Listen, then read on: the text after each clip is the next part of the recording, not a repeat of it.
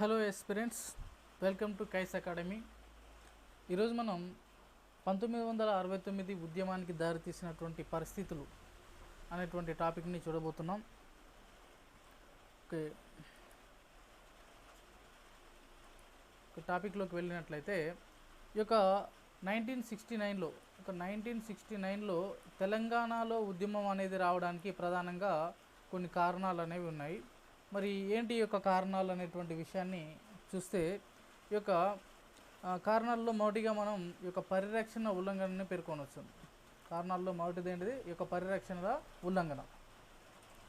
మనకు ఆల్రెడీ తెలుసు, ఈ యొక్క 1956 ఫిబ్రవరి 20న ఢిల్లీలో ఒక పెద్ద మనుషుల ఒప్పందం అనేది జరిగిందనేసి, మరి ఈ విధంగా జరిగినటువంటి పెద్ద మనుషుల ఒప్పందంలో ఒక తెలంగాణ ప్రాంతానికి ఒక 14 పరిరక్షణలు అనేవి కల్పించడం అనేది జరిగింది.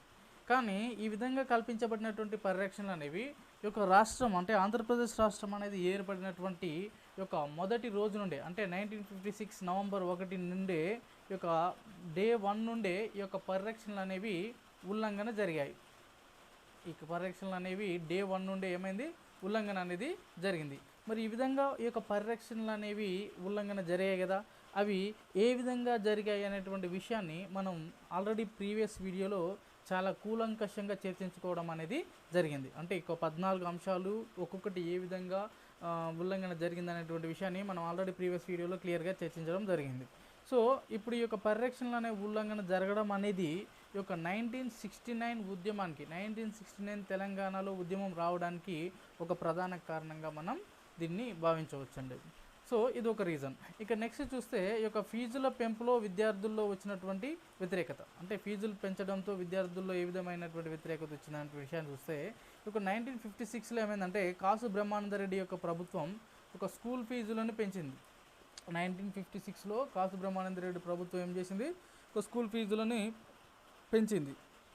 ఎప్పుడైతే ప్రభుత్వం ఇలాంటి యొక్క చర్యను తీసుకుందో, దీంతో వెంటనే స్పందించినటువంటి విద్యార్థులు ఎవరైతే ఉన్నారో వీళ్ళు దీన్ని తీవ్రంగా ఖండిస్తూ ఈ యొక్క ఉస్మానియా యూనివర్సిటీ విద్యార్థులు దీనికి వ్యతిరేకంగా ఒక ఉద్యమం అనేది చేపట్టారు. అంటే ఒక ఫీజుల పెంపును తగ్గించాల్సిందిగా వీళ్ళు విద్యార్థులంతా ఒక వ్యతిరేకంగా ఉద్యమం అనేది చేపట్టడం జరిగింది. దీంతో అప్పుడు ఏం చేసింది ఈ యొక్క కేబీఆర్ ప్రభుత్వం, అంటే కేబీఆర్ ప్రభుత్వం విద్యార్థుల్లో వచ్చినటువంటి వ్యతిరేకతను గమనించి ఒక స్కూల్ ఫీజులను పెంచేటువంటి ఆదేశాలను ఇది విరమించుకుంది. స్కూల్ ఫీజులు పెంచేటువంటి ఆదేశాలని ఇది విరమించుకోవడం అనేది జరిగింది. సో ఈ విధంగా విద్యార్థులు అనేవారు ప్రభుత్వం యొక్క చర్యకు వ్యతిరేకంగా ఉద్యమించడం ద్వారా ఒక స్కూల్ ఫీజులు పెంచేటువంటి ఆదేశాలని విరమించుకుంది యొక్క ప్రభుత్వం. ఇక నెక్స్ట్ చూస్తే మనం ఇంకొక టాపిక్ చూసినట్లయితే ఈ యొక్క డి సదాశివరెడ్డి వివాదం అండి. డి సదాశివరెడ్డి వివాదం ఎవరి యొక్క డి సదాశివరెడ్డి అంటే ఈయన 1967లో ఈ యొక్క ఉస్మానియా యూనివర్సిటీలో వైస్ ఛాన్సలర్గా నియమించబడినటువంటి వ్యక్తి. ఎవరు? ఈ యొక్క డి సదాశివరెడ్డి అండి. ఈ యొక్క 1967లో ఉస్మానియా యూనివర్సిటీకి వైస్ ఛాన్సలర్గా నియమించబడినటువంటి వ్యక్తి ఈ యొక్క డి సదాశివరెడ్డి. మరి ఎవరు ఈయన చూసినట్లయితే ఈయన ఈ యొక్క నీలం సంజీవరెడ్డి యొక్క అనుచరుడు. ఈ యొక్క డి సదాశివరెడ్డి ఎవరండి? ఒక నీలం సంజీవరెడ్డి యొక్క అనుచరుడు ఈ యొక్క డి సదాశివరెడ్డి అండి. సో ఈయన నీలం సంజీవరెడ్డి యొక్క అనుచరుడు కదా. ఆల్రెడీ ఈ యొక్క నీలం సంజీవరెడ్డికి మరియు ఈ యొక్క కేబీఆర్కి మధ్య శత్రుత్వం అనేది ఉన్నది. సో కాబట్టి మరి ఈ యొక్క వీసీగా నియమించబడినటువంటి ఈ వ్యక్తి అయినటువంటి యొక్క డి సదాశివరెడ్డి కేబీఆర్ వర్గం కాకుండా నీలం సంజీవరెడ్డి వర్గం నుంచి ఉన్నాడు. కాబట్టి ఈ యొక్క ఆటోమేటిక్గా ఈ యొక్క నీలం సంజీవరెడ్డి శత్రువు అయినప్పుడు ఈ యొక్క డి సదాశివరెడ్డి కూడా కేబీఆర్కి శత్రువు అవుతాడు కదా.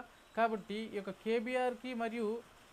కేబీఆర్కి మరియు డి సదాశివరెడ్డికి మధ్య విభేదాలు అనేవి ఏర్పడినవి. ఓకే, సో దీంతో ఇప్పుడు కేబీఆర్ ఏం చేస్తారంటే, కేబీఆర్ ఈ యొక్క ఓయూ వీసీ పదవి కాలం, అంటే ఓయూ యొక్క వైస్ ఛాన్సలర్ పదవీ కాలాన్ని ఒక 5 సంవత్సరాల నుండి 3 సంవత్సరాలకి 5 సంవత్సరాల నుండి 3 సంవత్సరాలకి దీన్ని తగ్గించి వేస్తాడు. దీన్ని ఈ యొక్క ఓయూ యొక్క అంటే ఉస్మానియా యూనివర్సిటీ యొక్క వైస్ ఛాన్సలర్ యొక్క పదవీ కాలాన్ని కాసు బ్రహ్మానందరెడ్డి ఏం చేశాడు? 5 సంవత్సరాల నుండి 3 సంవత్సరాలకి తగ్గించి వేశాడు. సో ఈ విధంగా తగ్గించడం వల్ల ఈయన ఏం చేస్తాడంటే, ఈయన వైస్ ఛాన్సలర్ పదవి కాలాన్ని తగ్గించేసి దీంతో ఈజీగా ఆయన ఒక డిఎస్ రెడ్డిని తన వీసీ పదవి నుండి తొలగించి వేస్తాడు. వీసీ పదవి కాలాన్ని తగ్గించేసి ఒక డిఎస్ రెడ్డిని తన యొక్క పదవి నుండి తొలగించేస్తాడు.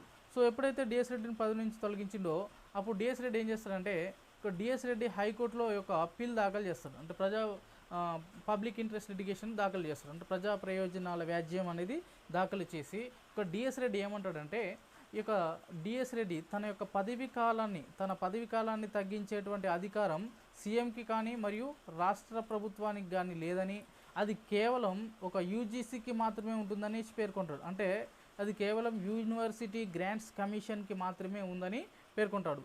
కానీ ఈ యొక్క నా పదవి కాలాన్ని తగ్గించే అధికారం ఈ యొక్క సీఎంకి ఎక్కడుంది, ఈ యొక్క ప్రభుత్వానికి ఎక్కడుంది అనేసి ఈయన ఏం చేస్తాడు, కోర్టులో అప్పీల్ దాఖలు చేయడం అనేది జరుగుతుంది.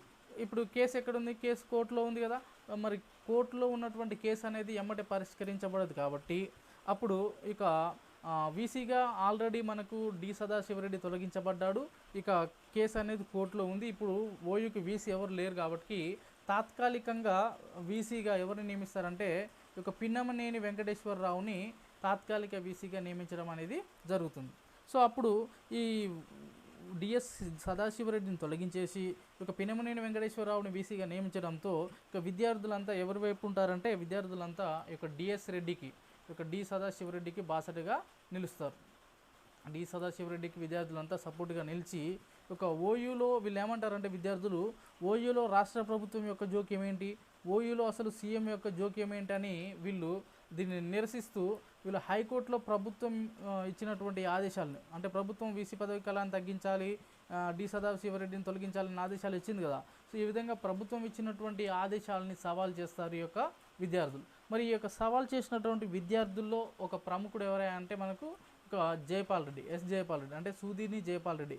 మనకు తెలుసండి ఈ యొక్క సూదిని జైపాల్ రెడ్డి అనేటువంటి వ్యక్తి ఒక మంత్రిగా పనిచేసినటువంటి వ్యక్తిగా మనకు తెలుసు. ఈయన ఒక అంగవైకల్యం కలిగినటువంటి వ్యక్తిగా కూడా మనకు ఈయన పరిచయమే. ఈయన అంగవైకల్యం కలిగినప్పటికీ కూడా ఈయన ఒక ఇంటలెక్చువల్ పర్సన్ అండి. ఈయన ఎంత ఇంటలెక్చువల్ పర్సన్ అంటే ఆ రోజుల్లో ఈయన ఒక ప్రెస్ మీట్ ఇస్తే ఈయన మాట్లాడినటువంటి భాషను అర్థం చేసుకోవడానికి డిక్షనరీలు వెతుక్కునేటువంటి పరిస్థితి ఉండేది. అంటే ఆంగ్ల భాష మీద ఈయనకు అంత పట్టు ఉండేది ఆ రోజుల్లో. సో ఈయన ఏం చేసేవాడంటే ఈ యొక్క ఆంగ్ల భాష మీద పట్టు సాధించడం కోసం ఈయన ఆ టైంలో ఈయన విద్యార్థిగా ఉన్నటువంటి సమయాల్లో ఈయన డైలీ మార్నింగ్ పొద్దుగాలనే లేసేసి ఈయన కోటికి వెళ్ళి కోటిలో అక్కడ పేపర్లు విక్రయించేటువంటి షాప్లో అక్కడ శాంపిల్గా కొన్ని పేపర్లు ఉంచుతారు కదా, ఆ శాంపిల్గా ఉంచినటువంటి పేపర్లను తీసుకొని ఒక 3 గంటల పాటు చదివి ఈ యొక్క ఆంగ్ల భాష మీద పట్టు సాధించేవాడు.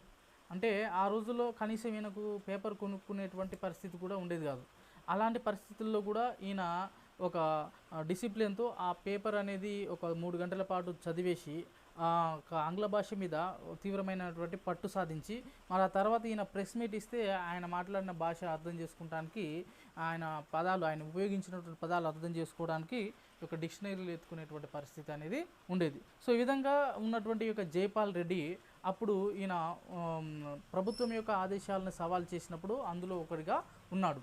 సో అప్పుడు ఈయన అక్కడ ఎందుకున్నాడంటే ఆయన అప్పుడు ఏం చేస్తున్నాడంటే అప్పుడు ఆయన ఓయూలో ఇక జర్నలిజం డిపార్ట్మెంట్లో విద్యార్థిగా ఉన్నాడండి. జర్నలిజం డిపార్ట్మెంట్లో విద్యార్థిగా ఉన్నాడు కాబట్టి ఈయన యొక్క ప్రభుత్వ ఆదేశాలను జారీ చేయడంలో ఆదేశాలని యొక్క సవాల్ చేయడంలో ఈయన ప్రముఖ పాత్ర పోషించాడు. సో ఈ విధంగా ఈ యొక్క జైపాల్ రెడ్డి లాంటి ఒక నాయకులు కూడా ఈ యొక్క ప్రభుత్వానికి వ్యతిరేకంగా ఉద్యమించడంతో అప్పుడు ఉద్యమం అనేది మరింత రగిలిపోయింది.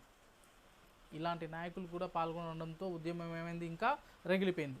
అప్పుడు దీంతో ఏమైంది జరిగిందంటే ఈ యొక్క పిన్నమనేని వెంకటేశ్వరరావు వీసీగా నియమించబడ్డాడు కదా.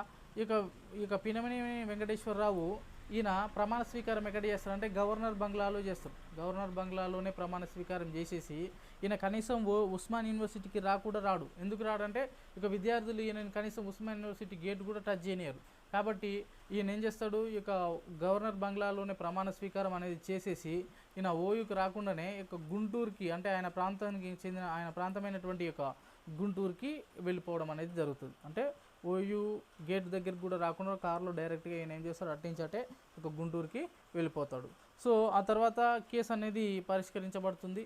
ఈ కేసు అనేది తీర్పు ఏమని వస్తుందంటే హైకోర్టు ఏం చేస్తుంది, ఒక ప్రభుత్వ ఆదేశాలని రద్దు చేసేసి ఓయూ యొక్క వీసీ పదవి కాలాన్ని, అంటే ఓయూ వైస్ ఛాన్సలర్ యొక్క పదవి కాలాన్ని 5 సంవత్సరాలు ఉంటుంది అనేసి తీర్పిస్తుంది. ఏమన్నది ఫైనల్గా యొక్క హైకోర్టు అనేది ఉస్మానియా యూనివర్సిటీ యొక్క వైస్ ఛాన్సలర్ యొక్క పదవి కాలం అనేది 5 సంవత్సరాలు ఉంటుందనేసి ఈ యొక్క ప్రభుత్వం ఇచ్చినటువంటి ఆదేశాలని అది రద్దు చేస్తుందన్నమాట.